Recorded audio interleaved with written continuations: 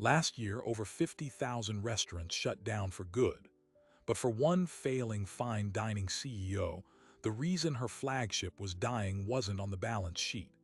It was on a single plate, cooked by a line cook who wasn't supposed to be there. That cook was Leo, a single father working two jobs. The CEO was Elise Devereaux, a 30-year-old prodigy who built a culinary empire but was about to burn it all down.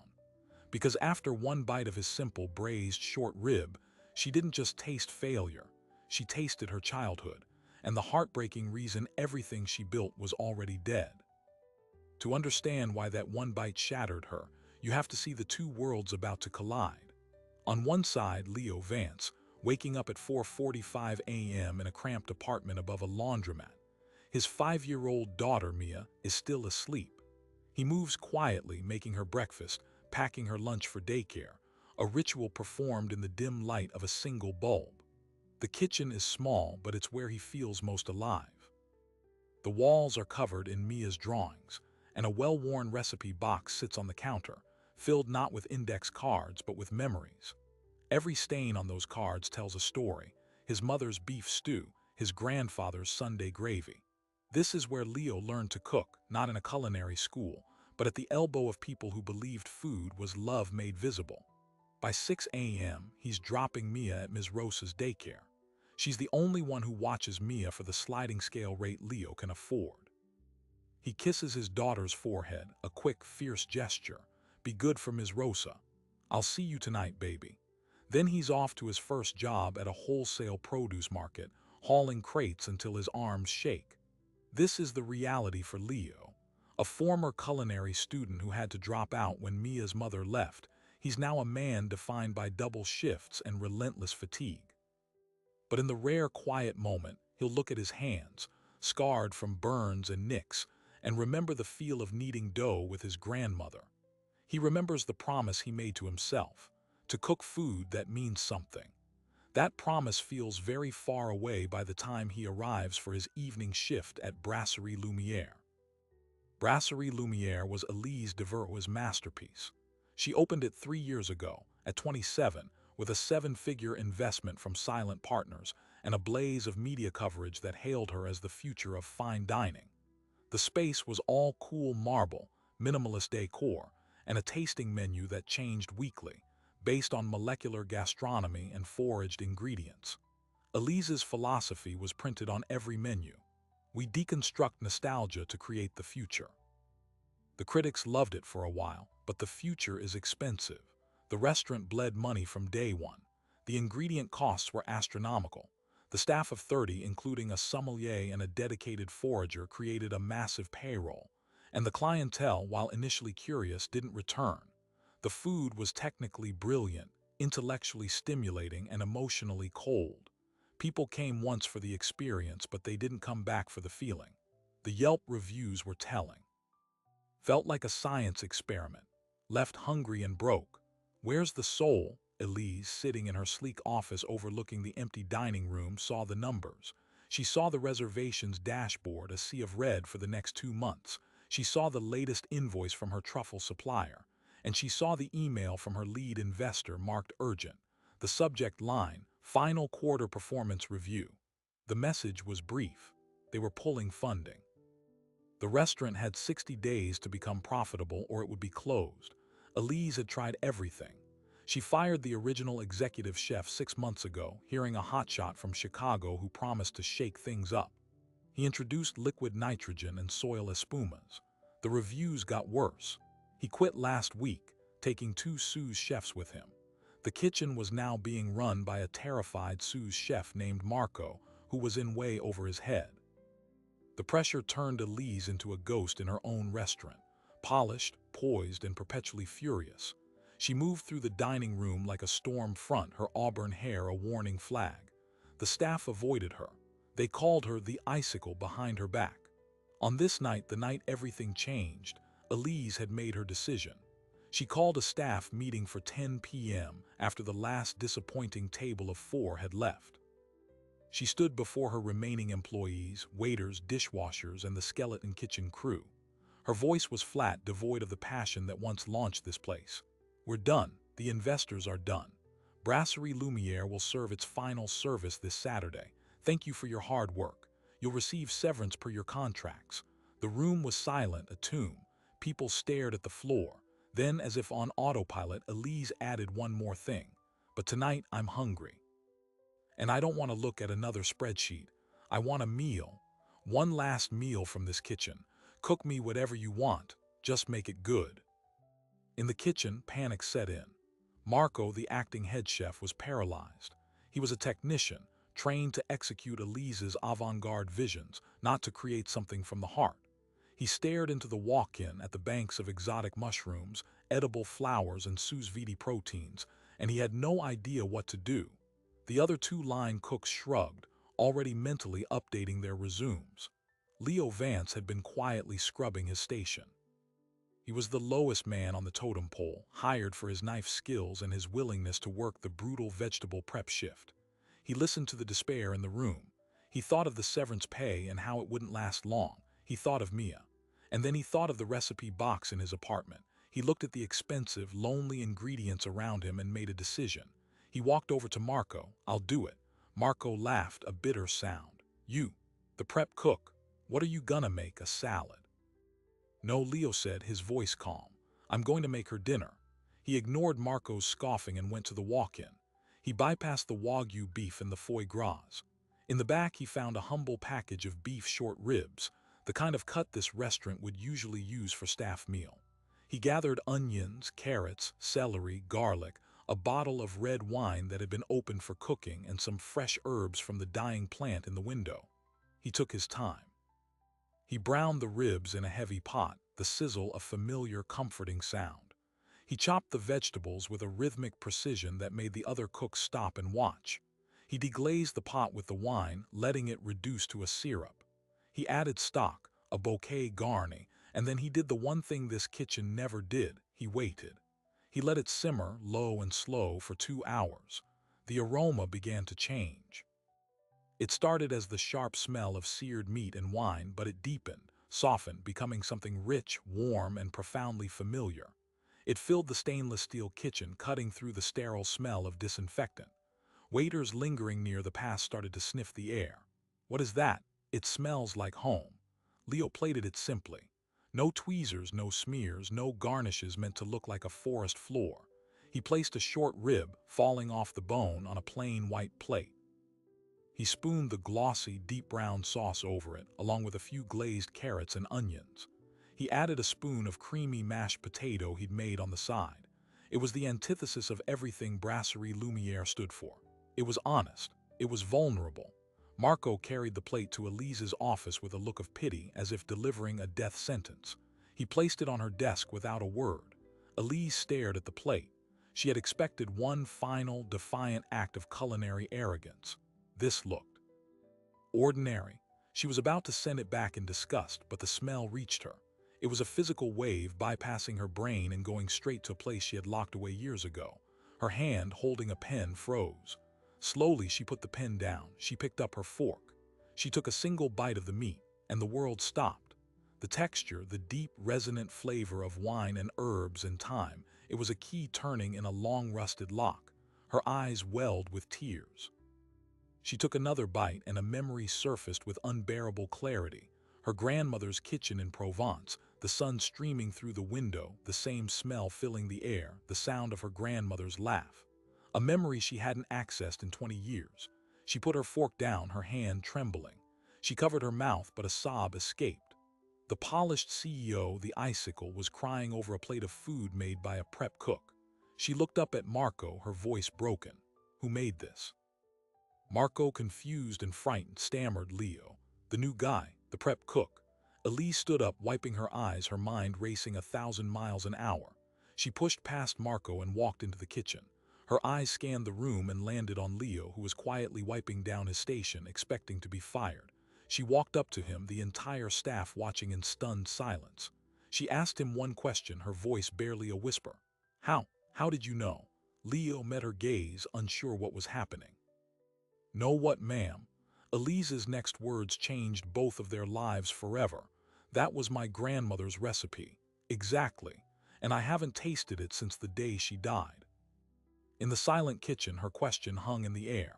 Leo Vance, a man who measured his life in double shifts and daycare bills, had just accidentally rebuilt a bridge to a billionaire CEO's most sacred memory. He looked at Elise, at the tears cutting tracks through her impeccable makeup, and the truth tumbled out. It was my mother's recipe, ma'am. Well, her mother, before that. It's Sunday supper. For a long moment, Elise just stared at him, her business mind warring with a heart she'd thought was boarded up. Then she did something that shocked everyone, especially herself. She pulled a stool over to his station and sat down. Tell me everything.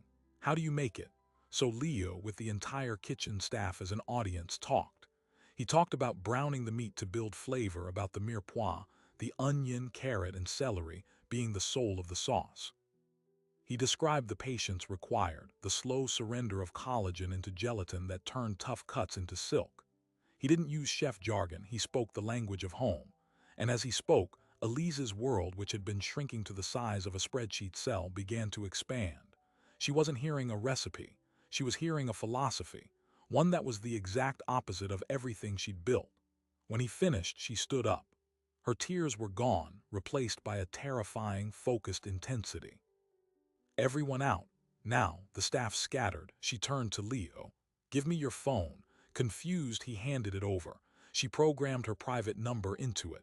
Be here tomorrow at 10 a.m., not for a shift, for a meeting. And then she walked out, leaving Leo alone in the multi-million-dollar kitchen with a single dirty pot and 100 questions. Elise didn't sleep that night. She drove to her penthouse, but instead of reviewing profit and loss statements, she did something she hadn't done in a decade. She called her older sister, Claire, who lived in Boston. It was 2 in the morning. Elise, what's wrong? Elise's voice was raw. Do you remember Grandmere's daube, the beef one with the orange zest? Claire, half asleep, was silent for a second. Of course I do. It's the taste of being loved. Why? Because I tasted it tonight. Somebody made it for me. And it was perfect. The line crackled with shared memory. That recipe died with her, Elise. We lost the card. I know, Claire, but I just found it again. She hung up and poured a glass of wine, staring at the city lights. The emotional shock was giving way to a brutal, clarifying insight.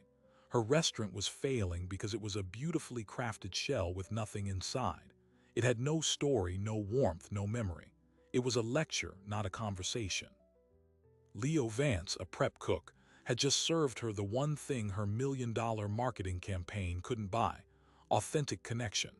And in that moment, a crazy, impossible idea was born. The next morning at 10, Leo walked into a conference room he'd never seen. Elise was there along with a stern-faced man in a suit, her lawyer. On the table was a contract. Sit down, Leo, Elise said. Her CEO mask was back, but her eyes were different. Less ice, more fire. I've made a decision. I'm not closing Brasserie Lumiere. I am rebranding it, and I want you to be the head chef. Leo's world tilted. He laughed, a short, nervous sound. That's not funny, Ms. Devereaux. I'm not joking. The restaurant you walked into last night is dead. The restaurant that opens in 6 weeks will be called Mémoire, Memory.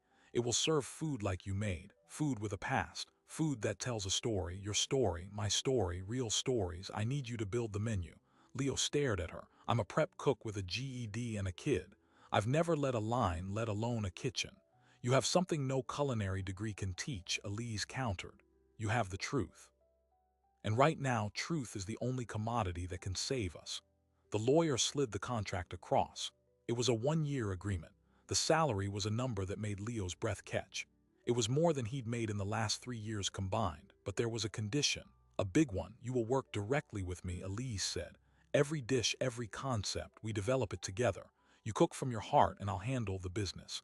But your name, your story, they become part of the brand. Leo's mind raced. This was a lifeline, this was stability for Mia. But it was also terrifying, selling his family's memories, putting his life on a menu. What's the catch, he asked. The catch, Elise said, leaning forward, is that we have 6 weeks to tear down a reputation and build a new one. My investors think I've lost my mind. The food critics will laugh at us. And if we fail spectacularly and publicly. But if we succeed, we change the game. Leo thought of Mia. He thought of never having to choose between paying the electric bill and buying her new shoes. He picked up the pen. Where do I sign? The first week was chaos. Elise cleared the restaurant's schedule, buying out the few existing reservations. The existing kitchen staff, including a furious and humiliated Marco, were let go with generous severance. Leo was tasked with building a new team from the ground up. He didn't hire from Michelin-starred restaurants. He called up an old friend from culinary school who was now a baker, a line cook from his produce market job who had magic with soups, and a young single mother he knew from Mia's daycare who made incredible pies. He hired for heart, not pedigree. Meanwhile, Elise began the near-impossible task of convincing her investors not to pull the plug. She brought them in and with Leo's help served a simple four-course meal: a rustic country pâté, a Provençal vegetable soup, the famous short rib daube, and a tarte tatin. She didn't present projection, she told stories. This soup is based on what Leo's Portuguese grandmother made when he was sick. This tart is my memory of a Parisian bakery window. The lead investor, a hard-nosed man named Robert Chen, wiped his mouth with a napkin. He looked from Elise to Leo. It's good. It's very good. But you're asking me to fund a nostalgia trip. The fine dining scene is about innovation. Elise didn't blink. The most radical innovation right now is honesty. We're not selling food. We're selling a feeling they can't get anywhere else. Robert leaned back. You have 1 month to prove there's a market for this feeling. 1 month of soft opening. If the numbers aren't there, we shut it down and liquidate. It was a stay of execution, not a pardon. As they worked side by side 16-hour days in the empty restaurant, something fragile began to grow between Leo and Elise. It wasn't just professional. It was a quiet understanding of two people who had used work as a wall against their own loneliness. One late night, after tasting the 5th iteration of a potato gratin, Elise asked about Mia. The question was a door cracking open. Leo showed her a picture. She's my why, he said simply. Elise, who had structured her entire life around being unimpeachable, felt a pang of something unfamiliar. I don't have a why, she admitted. I just have a what's next. Leo looked at her, covered in flour from testing bread. Maybe your why got lost in all the success. You found a piece of it in that short rib. Maybe we're just looking for the rest. In that moment, the invisible class barrier between them, CEO and cook, penthouse and apartment, flickered and faded. They were just two people in a kitchen trying to make something meaningful, but the outside world was already starting to press in. A gossipy food blogger got wind of the massive staff overhaul and the rumored menu change. He published a blind item. Heard a certain failed finding princess is firing her talented chefs and replacing them with, wait for it, a single dad line cook. Is this a charity project or a suicide pact? Recipe for disaster. The comment section was a bloodbath. Elise's phone started buzzing with concerned texts from acquaintances. Leo, who didn't move in those circles, was spared the direct fire, but the pressure on Elise doubled. She had bet her entire career, her entire reputation on him, and the world was starting to point and laugh. The soft opening was scheduled for a Wednesday night. 50 covers, friends, family, and a few selected local influencers. The menu was a tight 5-course journey through memory. The kitchen was a well-oiled machine, but the atmosphere was electric with fear. Leo, in a simple chef's jacket, was a calm center. He moved through his small team with quiet assurance, tasting, adjusting, encouraging. Elise transformed from CEO to hostess, greeting guests, her smile genuine for the first time in years as she explained the story behind each dish. The meal was a revelation. People didn't just eat, they shared their own stories. A woman cried during the soup course, saying it tasted like her childhood in Sicily. A stoic businessman called over Elise to thank her for the short rib. It reminded him of his father. The room was filled not with the hushed, reverential silence of fine dining, but with a warm, conversational hum. It was alive. At the end of the night, as the last guests left beaming, Elise and Leo stood together in the empty dining room. The preliminary numbers from the point-of-sale system came in. The food cost was dramatically lower than before. The bar tab was higher. People were staying, talking, ordering another bottle of wine. They had operated at 80% capacity and the early guest feedback was glowing. "We did it," Leo said, exhaustion and triumph in his voice. Elise looked at him, her eyes shining. "We did." But then her phone buzzed. It was a text from Robert Chen, the lead investor. "The numbers look promising, but I just got a call from a reporter at the Asterisk Culinary Chronicle. They're running a feature on the demise of fine dining and want to profile Mémoire as a case study in reckless sentimentality. They're sending their most brutal critic, Sebastian Thorne, next Friday. He's the one who called my last place a crime against ingredients. If he eviscerates us, the positive word of mouth won't matter." The buzz of success died instantly, replaced by a cold dread. This wasn't just a review, it was a trial. And their entire future hinged on the opinion of one man who hated everything they now stood for. Sebastian Thorne wasn't just a critic, he was an executioner with a thesaurus. And for the next 7 days, his shadow turned the kitchen of Mémoire into a pressure cooker.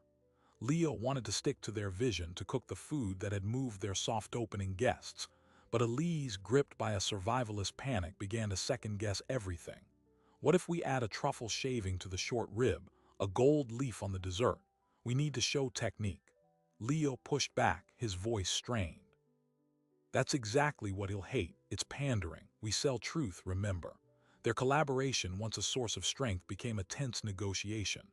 The stress infected the small kitchen team. Mistakes were made. A batch of bread overproofed. A sauce broke. The easy warmth of the soft opening was gone, replaced by a brittle, fearful energy. The night of Thorne's reservation arrived. He came alone, a gaunt man in black, typing notes on his phone from the moment he sat down. He ordered the full tasting menu. Elise watched from the host stand, her knuckles white. Leo cooked, each plate a prayer. The meal was technically flawless, but it was stiff. It had lost its soul in the quest for perfection. Thorne ate methodically, asked the server a few curt questions about sourcing, and left after 80 minutes. He didn't send back a single plate. He didn't ask to meet the chef. His silence was more terrifying than any complaint. The review would hit in 48 hours. All they could do was wait. The waiting was agony. Leo tried to distract himself by spending a rare afternoon with Mia at the park. But even there, he was checking his phone, jumping at every notification. Elise buried herself in spreadsheets, running worst-case scenarios. When the review dropped online at 8 a.m. on Sunday, it was worse than any scenario she'd modeled. The headline read, "Mémoire, a sentimental journey to nowhere." Thorne's prose was a masterpiece of condescension. He acknowledged the competent cooking but eviscerated the concept. "Devereux has traded ambition for apron-string nostalgia," he wrote. "The food is pleasant, in the way a grocery store greeting card is pleasant, a mass-produced simulation of emotion. The story behind each dish feels less like a heartfelt tribute and more like a marketing gimmick, a cynical attempt to monetize grief and family lore.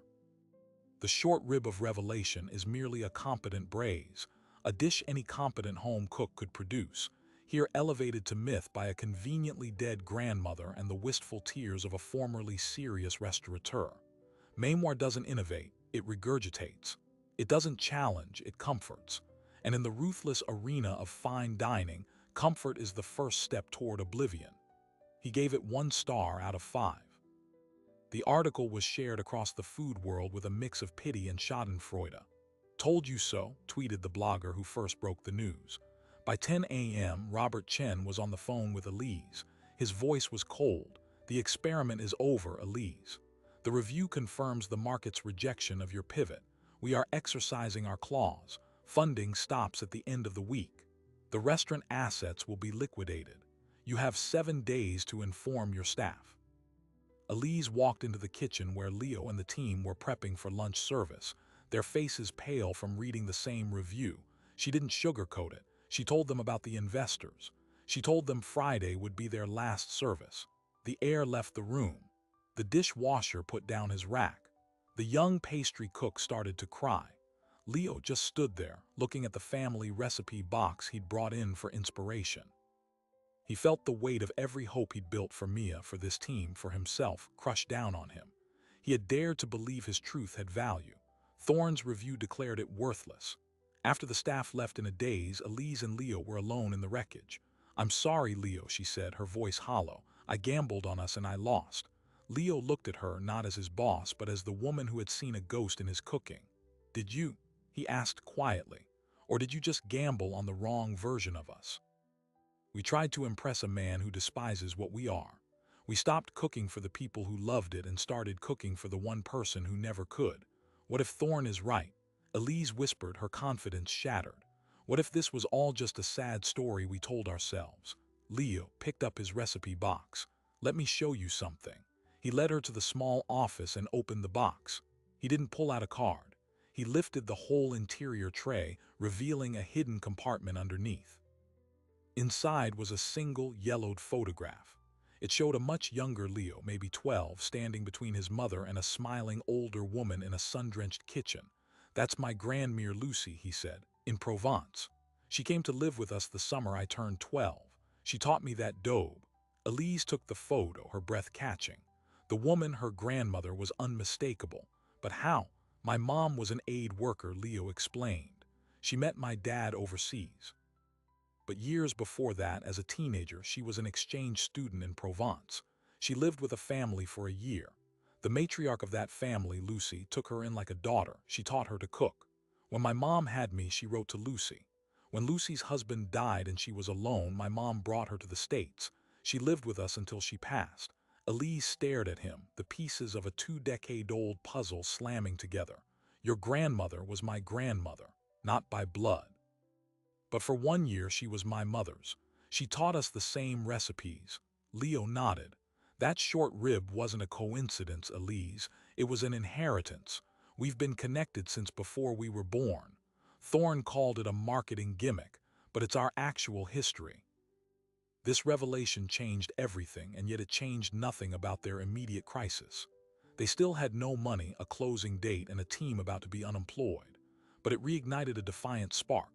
We can't let this end like this, Leo said, for her, for Lucy. So what's the plan? Elise asked, a grim smile touching her lips. We have 1 week. We burn the last of our operating budget. We don't try to be fine dining. We throw a party, a wake, and maybe a birthday. For who? For everyone who's ever been told their story isn't good enough. They hatched a desperate, possibly illegal plan. They would ignore the investors' shutdown order and use the remaining funds to buy ingredients. They would announce a 7 Last Suppers series, 7 nights of pop-up dinners, pay what you can, with all proceeds going to a local family shelter. They weren't selling nostalgia anymore. They were giving it away. It was a Hail Mary that could leave them personally liable for the spent funds. Leo called his team. To his shock, every single one agreed to work for a share of the tips. The pastry cook said, "My grandma's pie recipe is on that menu. I'm not letting some critic tell her it doesn't matter." They used their personal social media, bypassing the polished memoir accounts, to announce the suppers. The post was simple. The critics said our food has no place here. So for 1 week, we're cooking for a different place, your home. Come eat with us. Tell us your story. Pay what you can or nothing at all. All money goes to those who need a warm meal. They expected a handful of people. On Monday night, the first night, a line stretched around the block. It was a mix of foodies curious about the drama, locals who'd heard the buzz, and people from the shelter who just needed a good meal. There was no tasting menu. Leo and the team cooked family style. Big platters of the short rib, giant pots of soup, boards of bread, bowls of salad. They ran out of chairs. People sat on the floor, shared tables with strangers. Elise and Leo moved through the crowd, not as CEO and chef, but as hosts. They listened to stories. A construction worker talked about his Polish grandmother's cabbage rolls. A teacher shared how her students' families exchanged recipes. The noise in the room was a joyful, chaotic hum. It was the opposite of a silent, starched tablecloth review. It was alive, and it was packed every single night. The tip jar overflowed. The local news, smelling a good human interest story, sent a crew. The segment aired, highlighting the community response and the link to the shelter. It wasn't a review of the food, it was a review of the heart, and it went viral. On Thursday night, the fourth supper, Robert Chen walked in. He stood at the back, watching the crowded, noisy, vibrant room. He saw Elise laughing with a group of elderly women. He saw Leo carrying a giant pot from the kitchen, high-fiving a regular. He saw the reality of what they had built, a reality no one-star review could capture. After service, he asked to speak with them. He didn't mention the breached contract first. He said, "I have never seen a restaurant like this. You're not just serving food, you're hosting a conversation." Then he got to business. "The liquidation is on hold. My colleagues think you're anarchists. I think you're onto something the spreadsheets can't measure. I can't reinstate the old funding, but I will personally back a new proposal, a smaller, leaner, community-focused model. You have 30 days to present a sustainable business plan." It was a lifeline, thinner than the last, but real. As they left the restaurant that night, exhausted and euphoric, Leo and Elise finally acknowledged the other thing that had been growing in the chaos. Standing by his old pickup truck, Elise said, "We did it. Against all odds, we're still here." Leo looked at her, illuminated by the streetlight. "Where is here exactly?" She leaned against the truck, closer to him than she'd ever allowed herself. "I don't know, but for the first time in my life, I'm not in a hurry to figure it out. I just want to be right here." And she kissed him. It wasn't a fairy tale kiss. It was tired and tasted like kitchen smoke and hope, but it was real. The following Monday, as they began drafting their new plan, a certified letter arrived for Elise. It was from Sebastian Thorne, not a published piece, but a personal note. "Ms. Devereaux," it read, "I have been made aware of your 7 suppers endeavor. My review stood by my assessment of the restaurant as a fine dining entity. However, it appears I reviewed the wrong restaurant. What you are doing now is not fine dining. It is something more interesting. I would request the honor of a seat at your table, not as a critic, but as a guest, to understand what precisely I missed. Sincerely, Sebastian Thorne." They had turned their greatest enemy into a curious guest. The war wasn't over, but the battle for their survival, their partnership, and their truth had been won. Now they had to build something that would last. With a critic's curiosity as their unlikely blessing and a billionaire's conditional faith as their capital, Leo and Elise faced a new challenge, building something permanent from the beautiful chaos they'd created. The 30-day deadline for a new business plan wasn't a threat. It was a focusing lens. They didn't try to resurrect the ghost of Brasserie Lumière. They took the energy of the 7 suppers and built a blueprint around it. The new concept was called the Common Table. It was a restaurant, yes, but also a community kitchen and a cooking school. The model was hybrid. 5 nights a week, it operated as a prix-fixe restaurant with a rotating menu of memory dishes submitted by locals, with the submitter's story printed on the menu. 1 night a week was pay-what-you-can family supper, open to all. And weekend mornings were for cooking classes taught by Leo, his team, and guest memory keepers from the community. The financials were lean. The staff was cross-trained. The ingredient sourcing was hyper-local and seasonal, slashing costs. Robert Chen looked at the plan, looked at the viral news clip still circulating, and signed the funding agreement.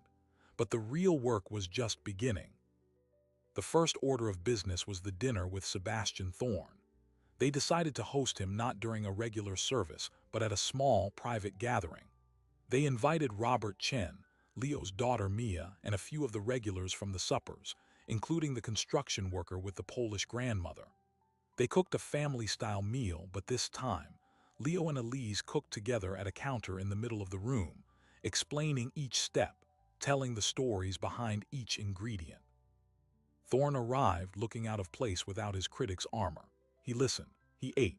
He asked questions not about technique but about people. Who was Lucy? What did her kitchen smell like? How does it feel to carry that into a professional space? At the end of the meal, over a simple apple galette, he said, "I criticized you for sentimentality. I was not wrong about the risk, but I failed to see that you weren't trading ambition for sentiment. You were redefining ambition. Your ambition is not for stars or accolades. It is for connection. That is far more radical." He never wrote a retraction. But a month later, in a column about industry trends, he wrote a single, powerful line. "The most disruptive force in food today isn't a new technique, but an old one, remembering why we gather in the first place." It was all the endorsement they needed. The Common Table opened 8 weeks later. The opening night was a microcosm of their vision. At one table sat Robert Chen and 2 investors in suits. At another sat Ms. Rosa from the daycare with her grandchildren. At a long communal table, Strangers shared a massive pot of cioppino based on a fisherman's wife's recipe. Leo was in the open kitchen, calm and smiling. Elise moved through the room, not as a remote CEO, but as a partner filling glasses, shaking hands. Mia had her own small corner with coloring books, a visible, cherished part of the whole ecosystem. The reviews that trickled in were different. They used words like authentic, warm, and essential. The restaurant wasn't just profitable. It became a destination for a reason that had nothing to do with trends. People came to feel part of something. As the months passed, the personal and professional lines between Leo and Elise didn't just blur. They merged into a single, strong strand. Elise sold her penthouse and bought a brownstone with a garden. Leo and Mia moved into the garden apartment. It wasn't a fairy tale merger of worlds. It was a practical, loving integration. Mia called Elise Ellie, and Elise, who had never imagined herself as a maternal figure, found herself helping with homework and planning birthday parties. Leo taught Elise how to actually cook, not as a concept but as a daily act of care. One evening, a year after the night of the short rib, they were in the Brownstones' kitchen testing a new recipe for the restaurant, a honey cake based on a story from a Ukrainian refugee. Elise, covered in flour, looked at Leo and said, "I think I finally found my why." He smiled. "What is it?" "This," she said, gesturing around the kitchen at Mia drawing at the table at the simmering pot. "Building a home. Not just a brand, a real home." It was the final piece of her transformation. The restaurant's success spawned unexpected opportunities. A publisher approached them about a cookbook, not of chef recipes, but of collected memory recipes from their community submissions. They used the advance to start a small nonprofit arm, funding cooking workshops for at-risk youth and isolated seniors. The model of the common table was written up in business journals as a case study in purpose-driven profitability. They were invited to speak at conferences, not just food conferences, but ones on community building and social entrepreneurship. Through it all, they kept the core truth alive. The food served had to tell a true story, and the teller had to be compensated, either with a meal for life or a donation to a cause of their choice. Then, 2 years to the day after the fateful short rib, the final surprise arrived. It was a package postmarked from France, addressed to both Leo and Elise. Inside was a bundle of letters, tied with a faded ribbon, and a note from a lawyer in Aix-en-Provence. The letters were from Leo's mother, Sarah, to Lucy, after Lucy had returned to France. They were filled with updates about baby Leo, about life in America, and gratitude. Tucked among them was one letter in Lucy's elegant, spidery handwriting, unsent. It was addressed to Ma chère Sarah et mon petit Leo. In it she wrote, "The recipes I leave you are my true inheritance. They are not just instructions for food, but for life. To be patient, to be generous, to transform the humble into the sublime with time and care. I see this spirit in you, Sarah, and I know you will pass it to your son. And perhaps one day he will pass it to another, and the thread will continue." Elise read it aloud, her voice trembling. Leo had tears in his eyes. The lawyer's note explained that Lucy had no living direct heirs. In her will, she had left a small parcel of land in Provence, an overgrown garden with a rustic stone cottage to "the keeper of my culinary spirit." Her executor, after years of searching, had found the news articles about the common table and the story of the connected recipe. The property was theirs. It wasn't valuable monetarily, but as a symbol, it was everything. It was the origin point of the flavor that had changed their lives, now a physical space they could return to. They went to Provence the following spring. They brought Mia. The cottage was small and needed work. The garden was wild, but the light was exactly as it looked in the old photograph. They cooked in the fireplace using herbs from the garden. Sitting at a worn wooden table under a fig tree, Elise reached across and took Leo's hand. "We built a home out of a memory," she said, "and now the memory has given us a home." Leo nodded, looking at Mia chasing butterflies. "The circle's complete." But then he smiled, or maybe it's just getting started. Back in the city, the common table thrived. It became an institution, not because it was the most exclusive, but because it was the most connected. The original team stayed, grew, became mentors themselves. The blackboard in the entrance no longer listed just the menu. It listed the names of the story sharers being honored that week. And on the wall behind the host stand, in a simple frame, hung three things side by side: the faded photo of Leo, his mother, and Lucy, the one-star review from Sebastian Thorne, and the deed to the cottage in Provence, a triptych of their journey, the past, the obstacle, and the promise. Leo no longer wore a stained apron over a t-shirt.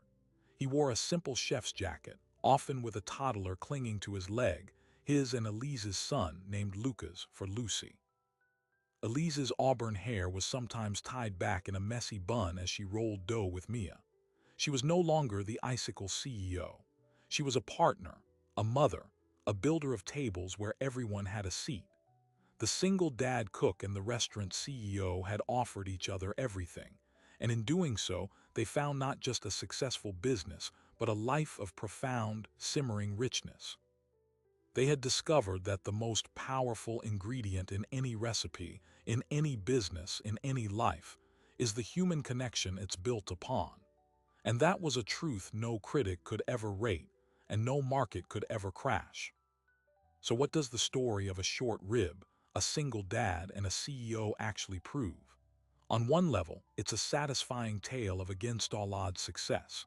But dig a little deeper, and it reveals something fundamental about how we live now. In a world that often values complexity over clarity, disruption over depth, and metrics over meaning, Leo and Elise's journey is a quiet rebellion.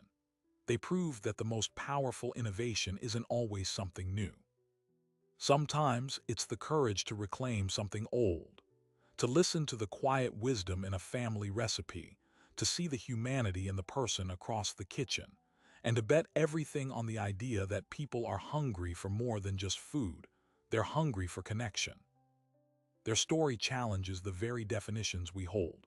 What is a successful business? Not just profitability, but purpose. What is fine dining? Not just technique on a plate, but emotion in a room. What is a family? Not just blood, but chosen bonds forged in shared purpose and remembered flavors. The common table didn't succeed in spite of its simplicity. It succeeded because of it. In stripping away the pretense, they uncovered the universal. We all have a memory tied to taste.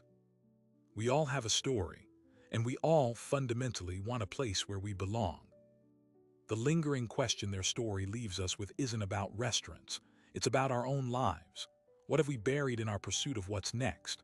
What recipe, what memory, what simple truth have we dismissed as not impressive enough, not scalable enough, not worthy of the spotlight? Leo Vance was a prep cook with a cardboard recipe box. Elise Devereaux was a billionaire with an empty dining room. Both were, in their own ways, lost. They found their way not by climbing higher, but by digging deeper, into their own histories, and into a shared courage to be vulnerable. That is the real inheritance, not a cottage in Provence or a thriving restaurant, but a blueprint. A reminder that sometimes the most radical thing you can do is to be truly, unapologetically yourself. To offer your simple truth even when the world says it's not enough. Because you never know who might be starving for exactly that flavor. Their story is a testament to the power of a single moment of recognition. The moment someone tastes your truth and says, "I know this. This is home." And in that recognition, everything can change. If you believe that the most powerful stories are often the simplest ones, that courage can be found in a kitchen, and that love, for food, for family, for a stranger, is the ultimate business plan, then subscribe. Because stories like this remind us all what we're really fighting for.